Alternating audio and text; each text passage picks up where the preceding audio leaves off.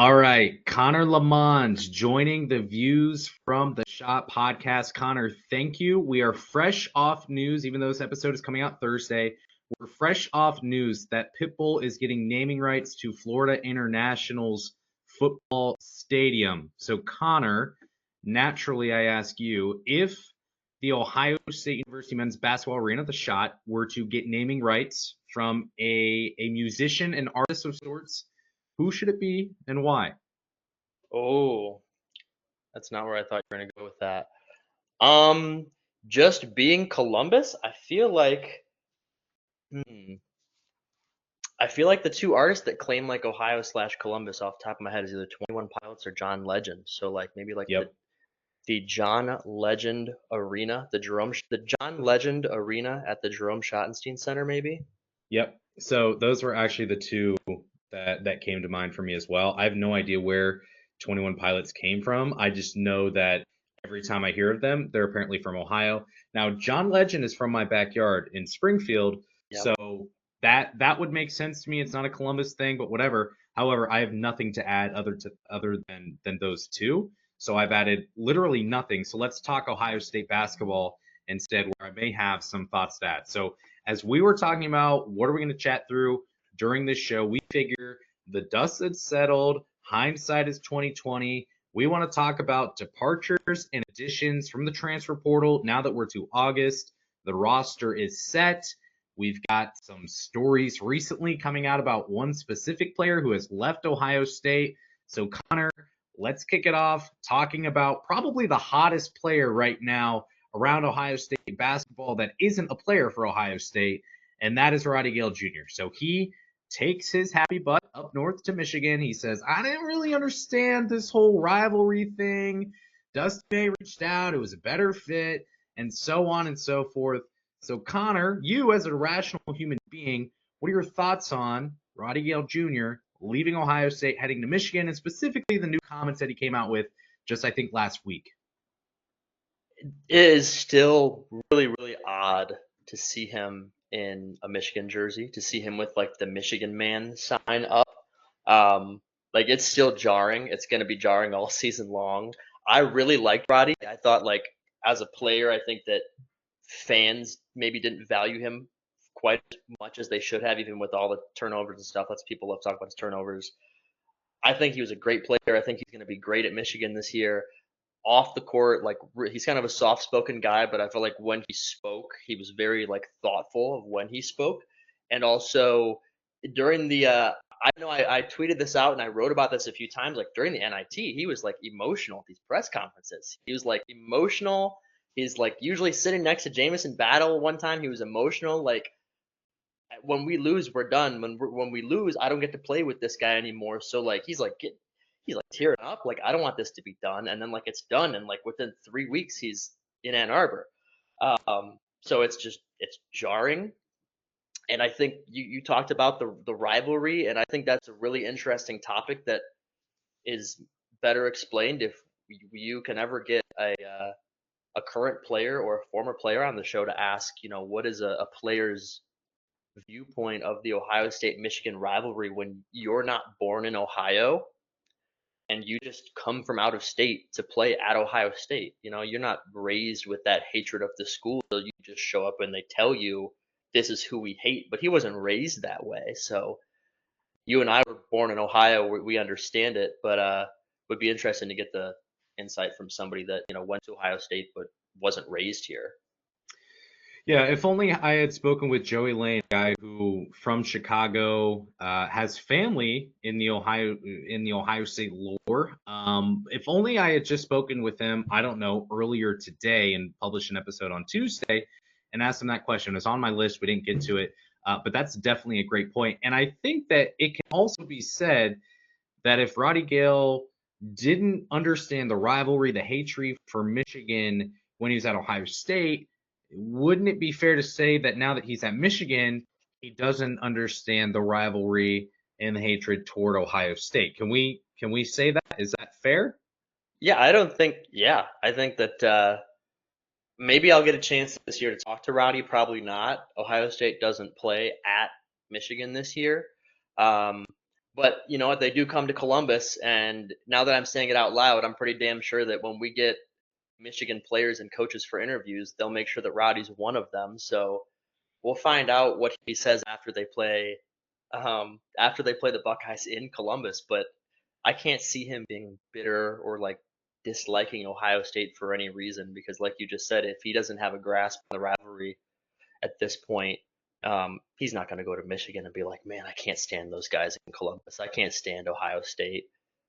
Yeah, and I think it needs to be said too, and I said this back when the decision was made. So first of all, Roddy Gayle Jr. considered Ohio State. He considered returning to the Buckeyes. When he left, there was no bad blood. At least that's everything that I was told.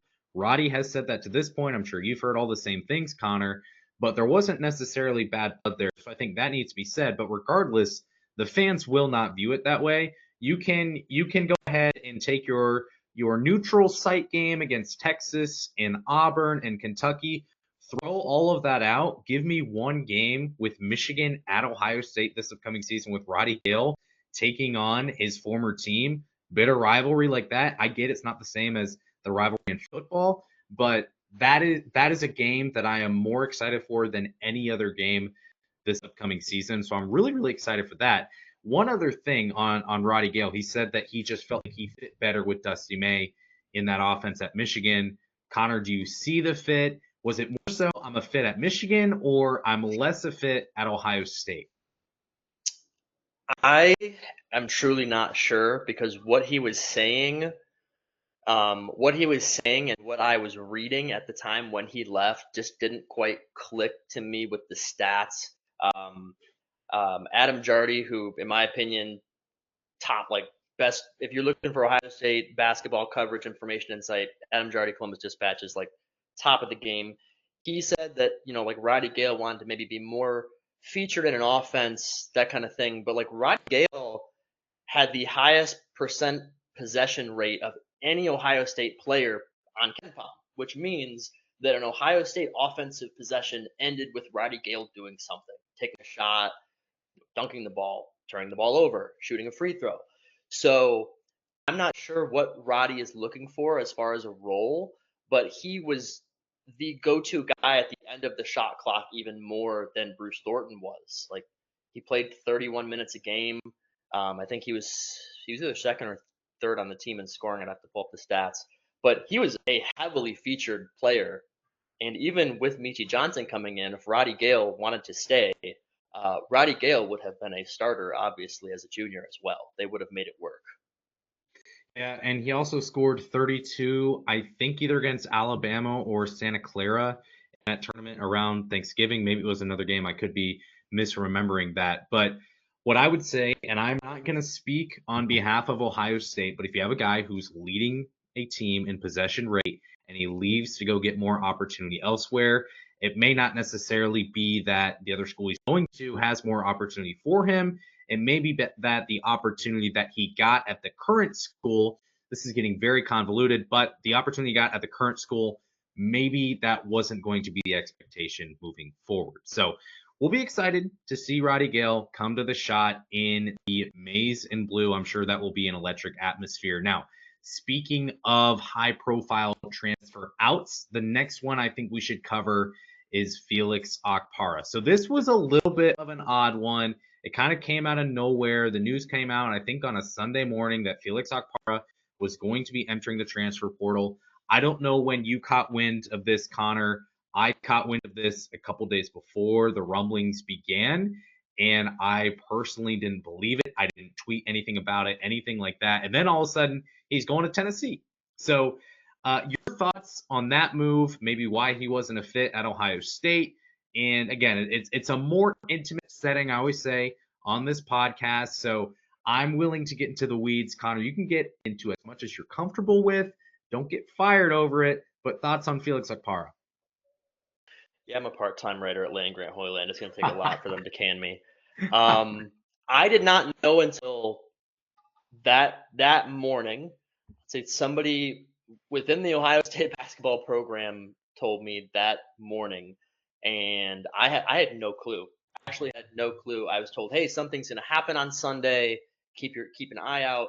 And I forget which transfer had just visited Ohio State that weekend, but my assumption was whichever transfer visited, I think it was maybe Toby Awaka, maybe, I don't remember, but there Yeah. was a transfer that was visiting, and I thought, oh, the news is that transfer is going to come in, and then it was like, no, Felix is going to hit the portal, and I was like, what is going on? Felix left after Bradshaw came in, right? They had Bradshaw and Felix on the roster at the same time, or was Yes, Bradshaw they had him on the after? roster at the same time, I believe. If I understand correctly, their original plan was they were going to try to find a way to get both of those big guys minutes. And Hmm. if you're a fan of the team, or if you're a coach, even obviously you would love to have both. Like even if you can't play them together, and you're like, heck, we either have a 5-star top 5 guy as the backup to Felix, or Felix, who is like, to me, turning into a guy that could win like National Defensive Player of the Year potentially. He's your backup. That's crazy depth. Um, heard, I think it's odd that he hits the portal and within like 72 hours he's at Tennessee. Their NCAA is not looking into tampering. They're not going after teams that are contacting players before they go into the portal, that kind of thing. But I was told that like this was not something where Felix days in advance like committed to Tennessee. Like the day, basically the day that he hit the portal was the day that he told the coaches he's leaving. That is when the decision was made, was the same day. Now, was Tennessee dangling a bag in his ear all week long, and maybe he had that in mind, and then he finally made his decision on Sunday? Probably. But I was told that like this really can't, like Felix made that decision like the day that the news came out. That was not in the works for a while. He was planning on staying at Ohio State, and who's to say? I know he told Jardy that it had nothing to do with Aaron Bradshaw. Um, I don't believe that. He can say what he wants. I don't believe that, but Felix is a really good kid. I think he's an awesome player. I think he's so good defensively that even if he only scores, I don't know what your opinion on him is, but in my opinion, if he only scores 8 or 9 points per game, paired with how good he is defensively, that's a guy that I would want on the floor as much as possible. Yeah, if he's scoring 8 points per game, he is saving, and this is the way I saw it. Like when you go back to a player like Bryce Sensabaugh a couple years ago, where he was so good offensively, but defensively he became a bit of a liability, especially when it came to even defensive rebounding at times. You just didn't see the production. So you're essentially giving away some points. So maybe he's scoring 16 points a game, but you don't have to replace all 16 because he's giving up maybe 2, 3, 4, 5 points per game. And that's the thing with Felix Okpara, kind of in the inverse. If he scores 7 points a game, I really don't give a crap because he's probably protecting 6, 8, maybe 10 points. That's probably insane.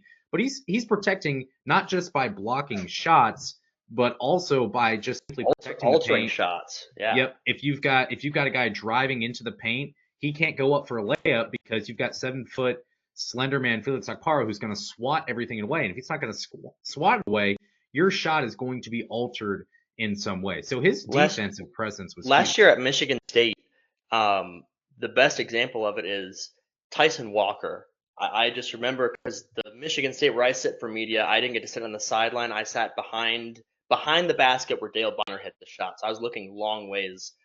And you can just see when Tyson Walker would try to like dribble in and hit his little mid-range pull-up, he's actually altering his shot. He's altering the arc of his shot on the fly as Felix closes in. So like you said, not only is he blocking shots, but he's impacting shots like that even when it doesn't even show up in the box score. Because a guy like Tyson Walker, who's 6 feet tall, he goes to take a shot and he's like, oh shoot, and he's got to change the arc of his shot because he knows it's going to get blocked if he doesn't. Yeah. Yeah. So, I mean, his defensive presence was huge. Just simply him being out there on the floor, I think, was big for Ohio State defensively.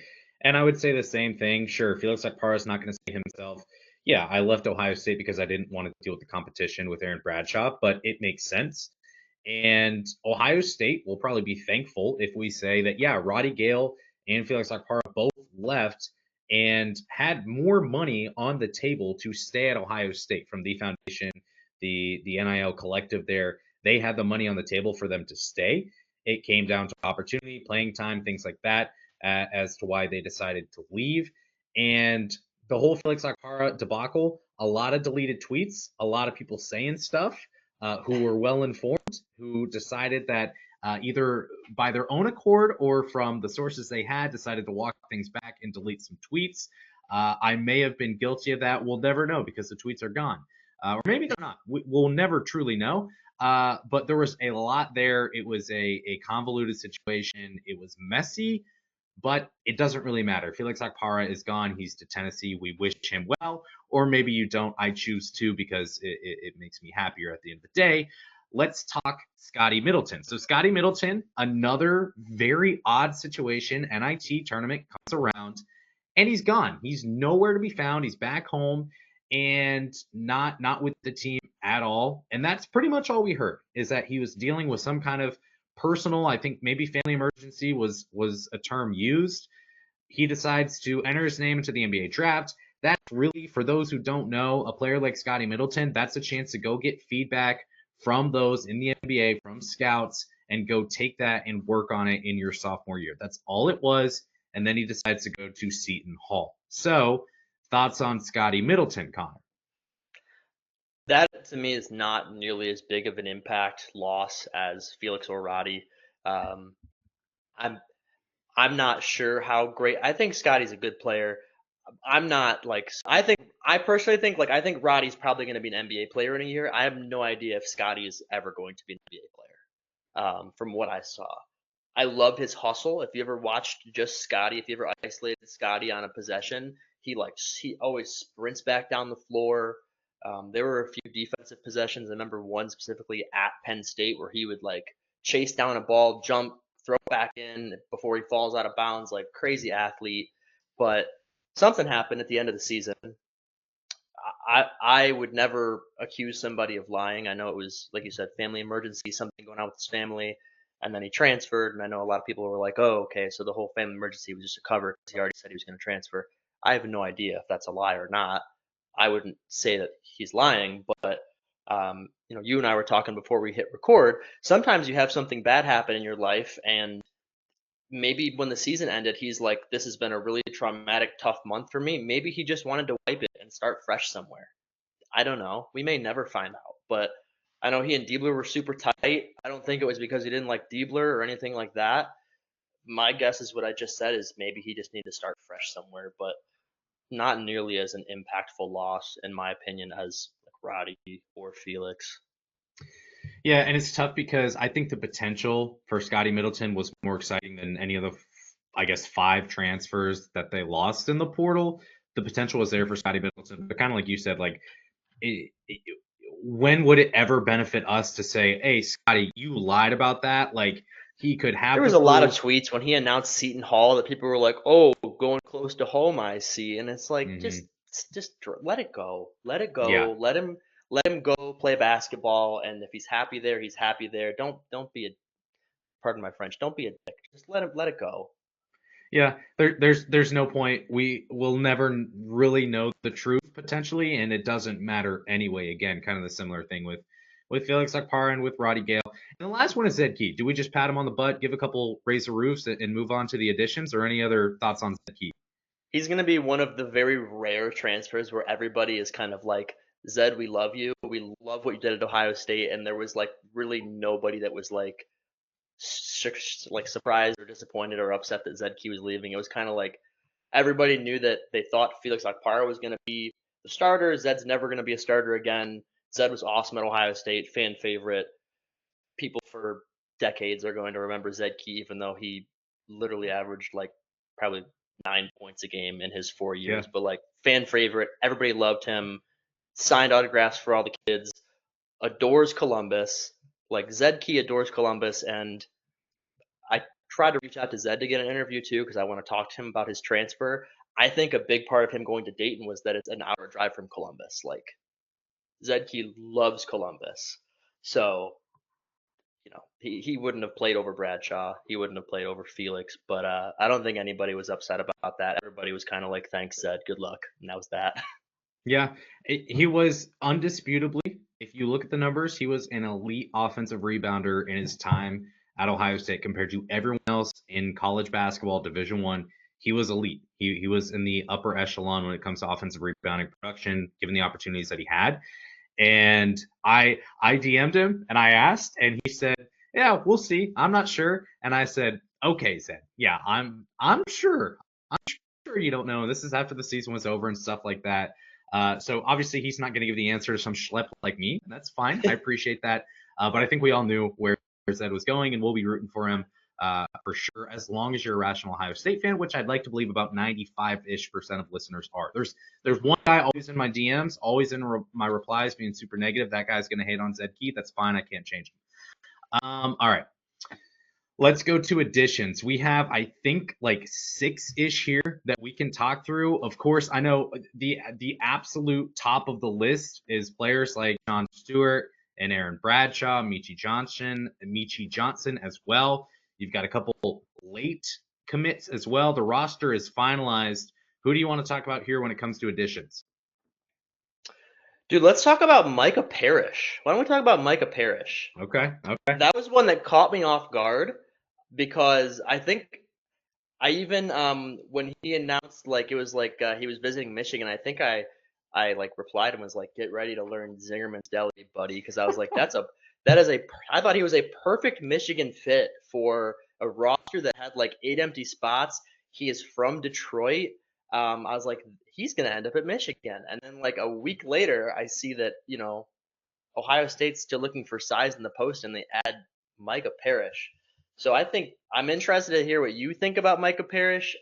I don't think he'll score probably more than like 8-ish points per game, but this is an Ohio State team that has been pretty horrendous defensively now for about 4 years, and he is coming from San Diego State, which in my opinion has been one of the most intense physical defensive teams over the past 4 or 5 years. So he's going to bring that with him, and I think if nothing else, that will have a big impact on this team.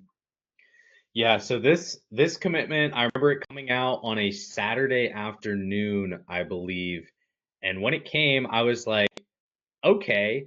And the more that I think about this, I've said this before on the show, so forgive me for rehashing if you've heard it before, but Micah Parrish kind of feels like the next Dale Bonner. When you look at their profiles, I'll plug CBB Analytics yet again.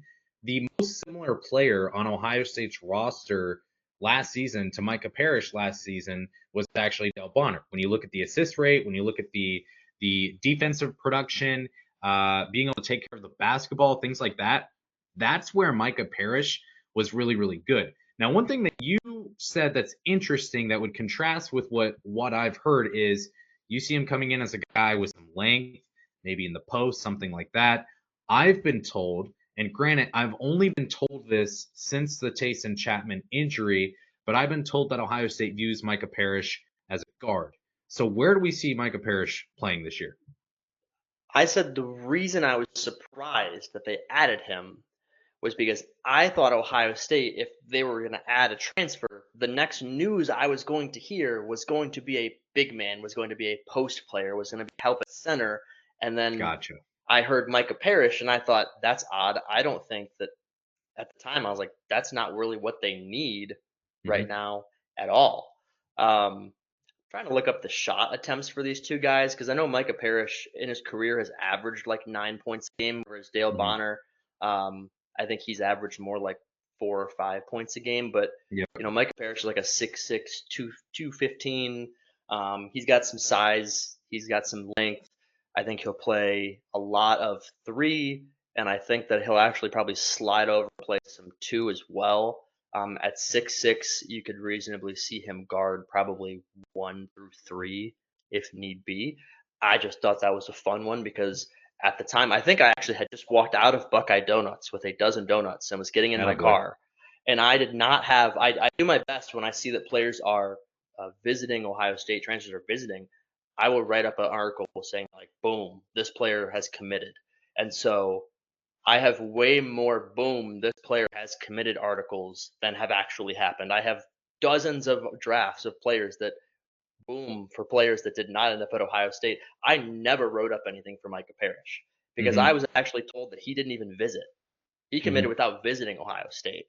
So that's just an interesting one. I don't know what you think about him, but came out of left field, and I was not expecting that announcement when it happened.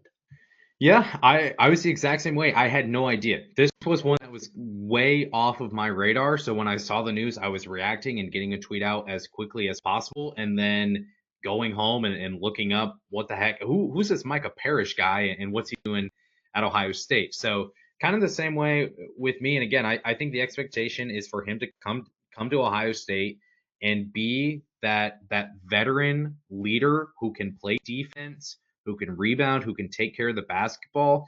Is he going to score 8 points per game at Ohio State this year? I would say that's going to be really hard to see with all the other mouths to feed. But I think that he's got a really good shot to be in line to start at Ohio State. And then moving forward, we'll see what he can do outside of that. If he comes off the bench, whatever. But I love this fit. And when he committed to Ohio State, I probably released a show on Monday or something like that.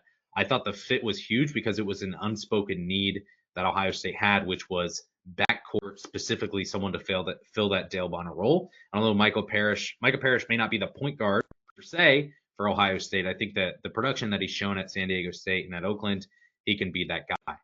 I Let's thought maybe talk. he was, Go ahead. not to cut you off, I thought maybe that was going to be the sweetener for Trey Townsend. Now it's coming back to Hmm. me. I thought maybe that was the sweetener for Trey Townsend, was that his former, like, they're still buddies. Like, if you follow either of them on Instagram, you'll see them commenting on each other's Instagram posts and stuff. I was like, oh, maybe that's going to be like the hook that gets Trey Townsend. That didn't work out that way. But Yeah, that Trey Townsend one, that was brutal. Maybe not brutal. It hurt. Like that was one where all Ohio State, it was Ohio State versus Arizona, and everyone was talking about when are we going to get news on Trey Townsend. And I don't know if I just saw this on social media or if I was actually told this, but I do remember seeing the exact same thing where Micah Parrish is going to be used to sweeten the deal with uh with Trey Townsend. I think I even said that on a show actually now that I remember. So that was tough. That was brutal. But no one's talking about Trey Townsend because of all the other pickups that Ohio State has got. So let's go to the front court now. Sean Stewart, Aaron Bradshaw. My personal opinion here is that Sean Stewart is, if you're looking for higher expectations between one of the two, I'm going to take Sean Stewart. He's got the athleticism. He's got the pedigree, with obviously Aaron Bradshaw has as well. But it feels like Sean Stewart has the size and the versatility too to play at Ohio State at a really high level, stepping into his first year in Columbus. So of those two, is there a player you're more excited for, that you're hearing maybe we should be more excited about that we are, anything like that? I think I expect more out of Aaron Bradshaw because I know for a fact that he'll start. Hmm. Um, I'm that could be a whole other topic. It kind of looks to me like they're going to have to pick either Sean Stewart or Devin Royal to start, Yep. and that's going to be tough because, in my opinion, I think that the way that Devin Royal played the last 8 or 9 games last year, he absolutely has earned an opportunity to be playing 20 to 25 minutes a game if he can stay out of foul trouble. But with Felix leaving, I think it opens the door for Bradshaw. If he can, like, stay out of foul trouble, he could play 25 to 30 minutes a game if he's able to. I think at Kentucky he only played like 9 to 10 minutes a game. I don't have his stats pulled up. Yep. So I would say that if Bradshaw even averages 20 to 22 minutes a game, I would say that's still pretty good. That's a pretty big jump. But he's so talented and he's so athletic and he's got such a huge wingspan that I have him written down this week. Me and Justin, who I do Bucketheads with, we predicted the scoring output for all 16 players on the roster. I have Aaron Bradshaw at just over 10 points per game. I've got Sean Stewart at 8 points per game. From what I can tell right now, Sean Stewart has no jumper. So can he develop a jumper this summer? If he can keep teams honest with some mid-range jumpers, if he can hit a couple threes, then that opens up so many opportunities for him. Like you said, the upside could be crazy if he could hit some jumpers. But at Duke, in limited minutes, he was mostly used as like a guy that was sprinting up and down the court, of making himself available for lobs and offensive putbacks and things like that. Yeah, and the interesting part about Sean Stewart, that's probably a refresher for most people, he holds the record for highest vertical in Duke history. That includes Zion Williamson being there. So the athleticism is definitely there for Stewart. I think Bradshaw, he does present the ability to hit threes. And the other interesting thing is with a player like Micah Parrish, a starting five, there's probably 5 or 6 different combos that you could realistically see with starting fives right now for Ohio State, maybe more. But you could see something where you've got at the 1, you've got Bruce, you've got Meechie at the 2, Micah at the 3, and then Sean at the 4, Aaron at the 5. You could even have a player who's no one is talking about, it feels like right now, kind of gotten lost in the shuffle, Evan Mahaffey. I think he's still in the mix for potentially starting at the 3 or the 4 with Devin Royal, with Sean Stewart. So there's going to be a lot of options for Ohio State. Speaking with Joey Lane on the last show, he said his biggest concern with the roster this upcoming year is there's so much talent, but how is it going to mesh together? Will Jake Dealer be able to put it together? I think that is definitely a question worth considering, and we'll see, because Ohio State is going to have a bunch of challenges in the non-conference. They're not going to have a lot of time. They're going to have no time. They're going to play Texas to open up the season. So we'll see how that looks as well. I mean, he's viewing the portal, Diebler's viewing the portal and treating the portal a lot differently than Holtman was. I think Holtman, maybe he was looking out. Maybe Holtman was afraid of scaring people off. Maybe he didn't want to encourage competition between two really, really good players. Maybe that's why he only added complementary pieces. But Diebler's been very clear, like, I'm going to bring in really good players, and I want really good players to compete with each other for playing time.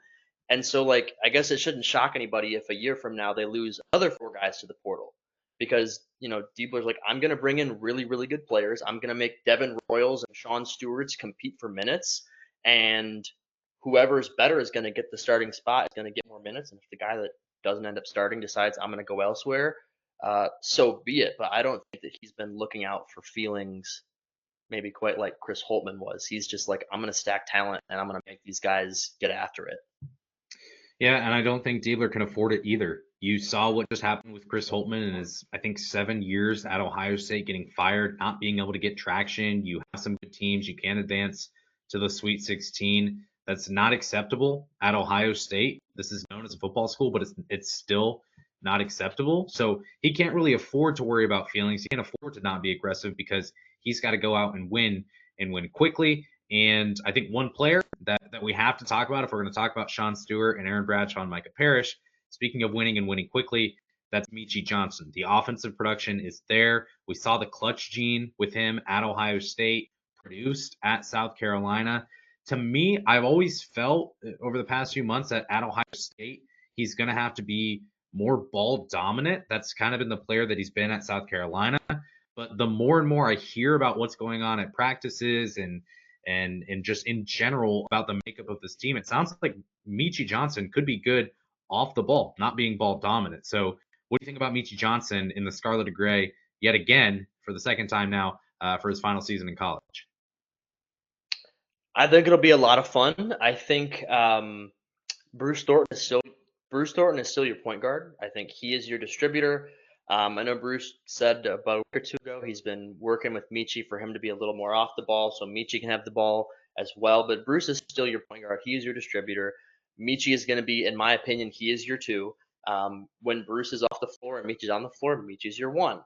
I do think that Meechie, in my opinion, Meechie Johnson is a very similar player statistically now as he was 3 years ago, efficiency-wise.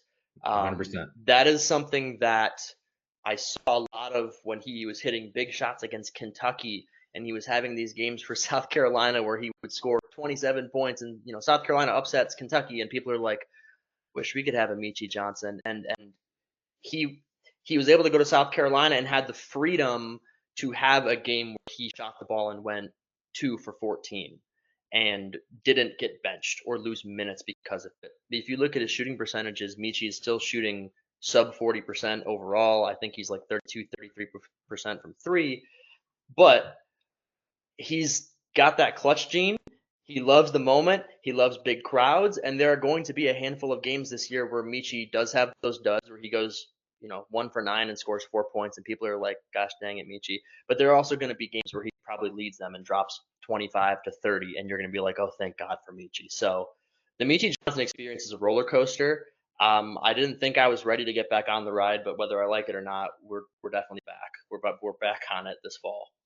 We are back indeed. He feels like the most volatile player on this roster the upcoming season. When you look at the lowest floor and the highest ceiling, maybe not over the entire season, but game to game, I think you're exactly right. And you saw that at South Carolina.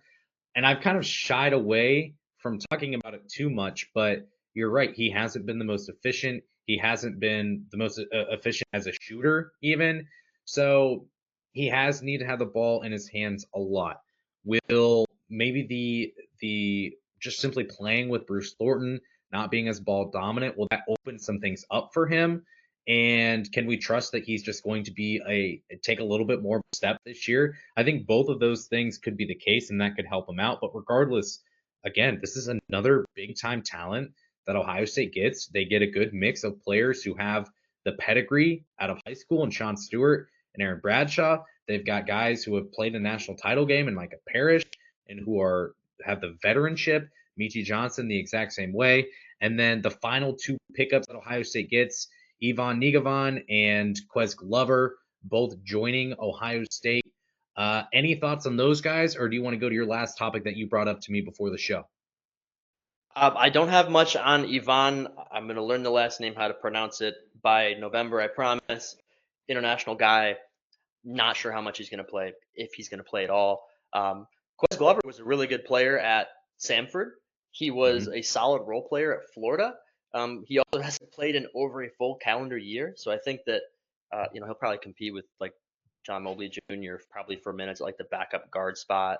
I'm not. It's like the Shaq meme. I'm actually not familiar with his game. I don't know if he is a good defender. I know he's like 5'11", so that could also come into it. Is he a good defender? Can he hold his own?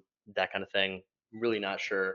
But neither of those guys are going to be super, super impactful this year, I don't think. Yeah, it feels like during the Chris Holtmann experience or experiment or whatever you may call it, there was always that token center on the roster who was not from the United States and was always the project, and we didn't necessarily see those players get developed. You hope that's not going to be the case for Nigavan.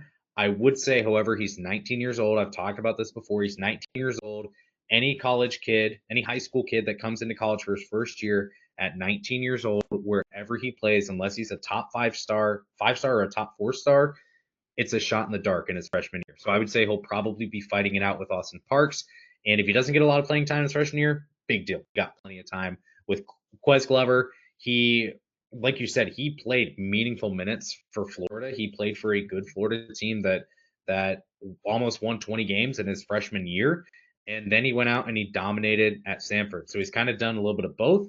What he'll do at Ohio State, who knows? But regardless, to get a player like that, that's your kind of your last pickup in the backcourt. I don't think you can complain about having a veteran player like that to pair with a Meechie Johnson, Bruce Thornton, Micah Parrish, so on and so forth, especially with the Tyson Chapman injury and the youth. We haven't talked about Colin White. We haven't talked about Junie Mobley Jr., but that veteranship is certainly going to be helpful for Ohio State.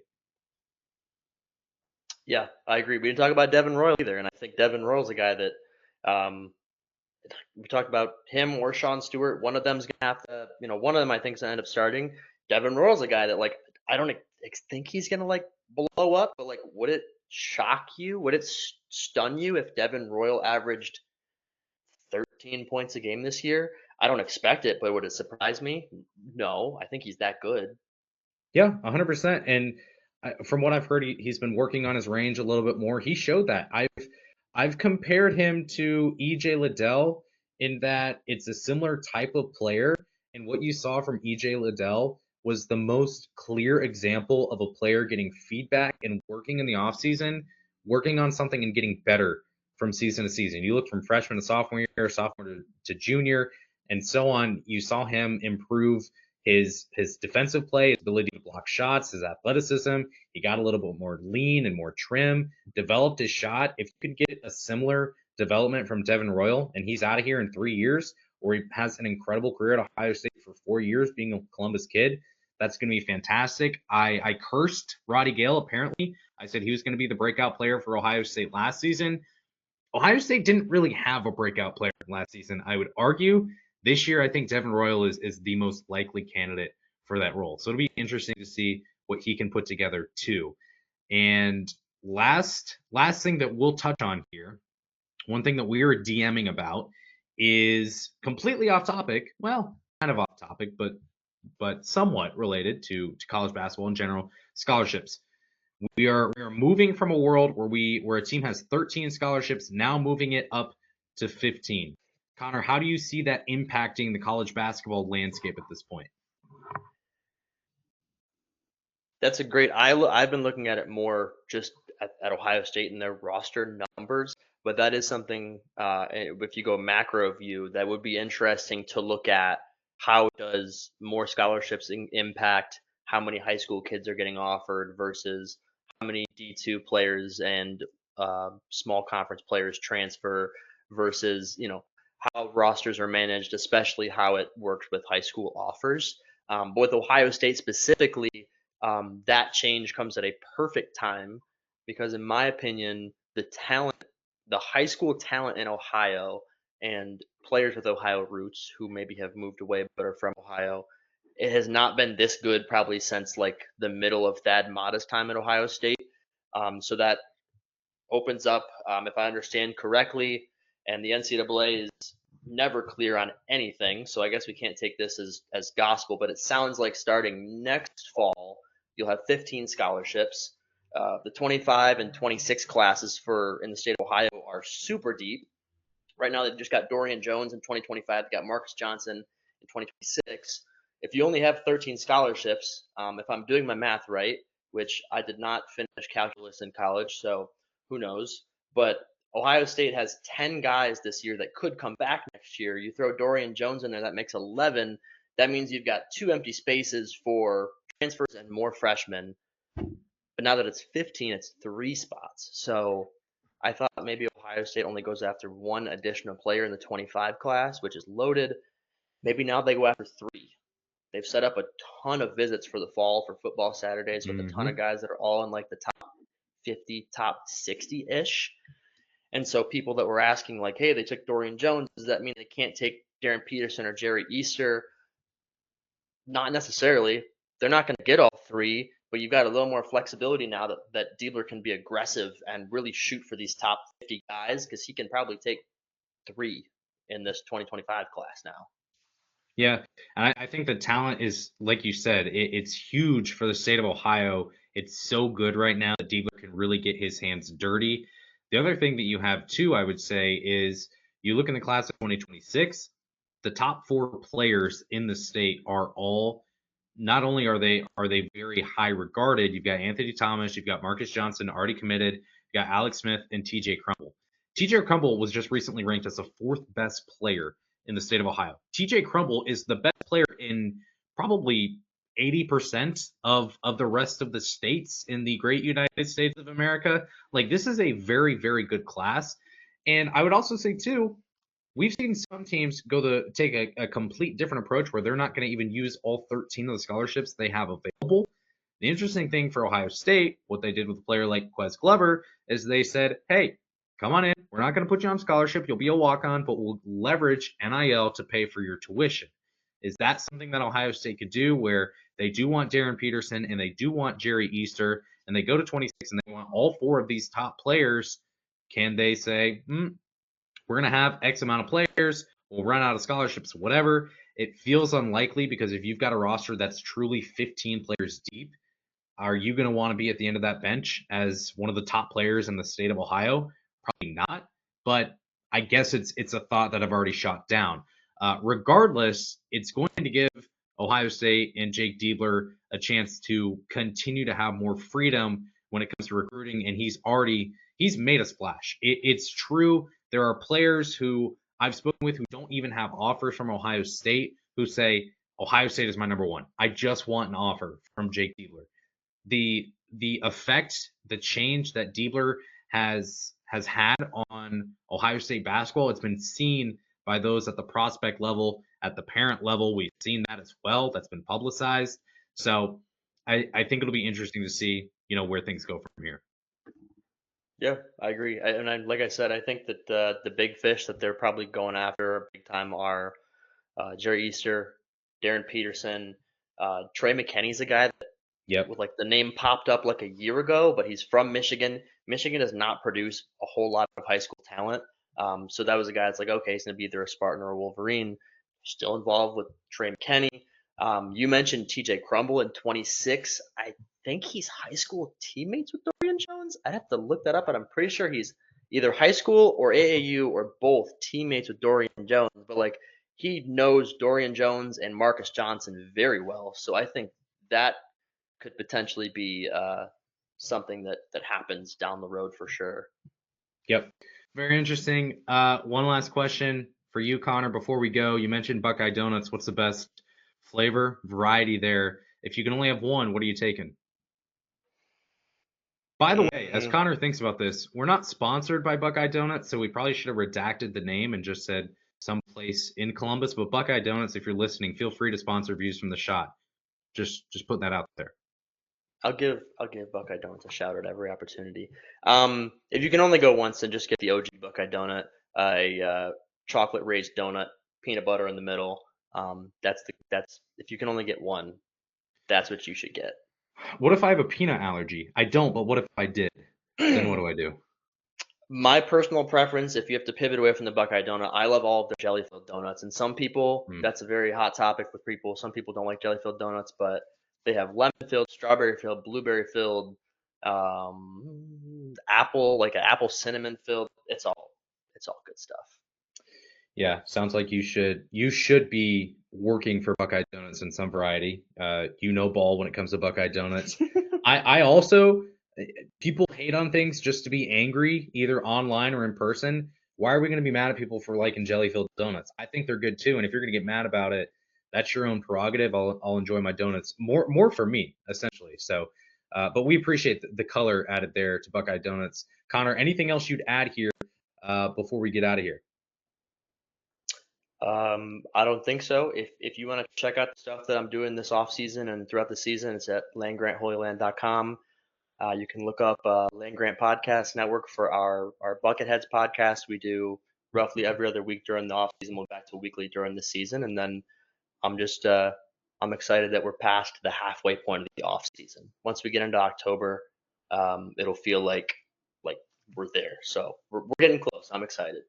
Yes, definitely getting very close. Excited for it as well. Connor doesn't know this yet because I haven't recorded it, but when I record the intro, I'm going to plug all this stuff. So he's going to get a little. It's a sandwich made of plugging Connor's stuff. Bread is what the bread is made of. So, Connor, we appreciate you being here as always. Always welcome back, good friend of the show, and hope you enjoy covering the Buckeyes for the rest of the offseason. Thanks for coming on.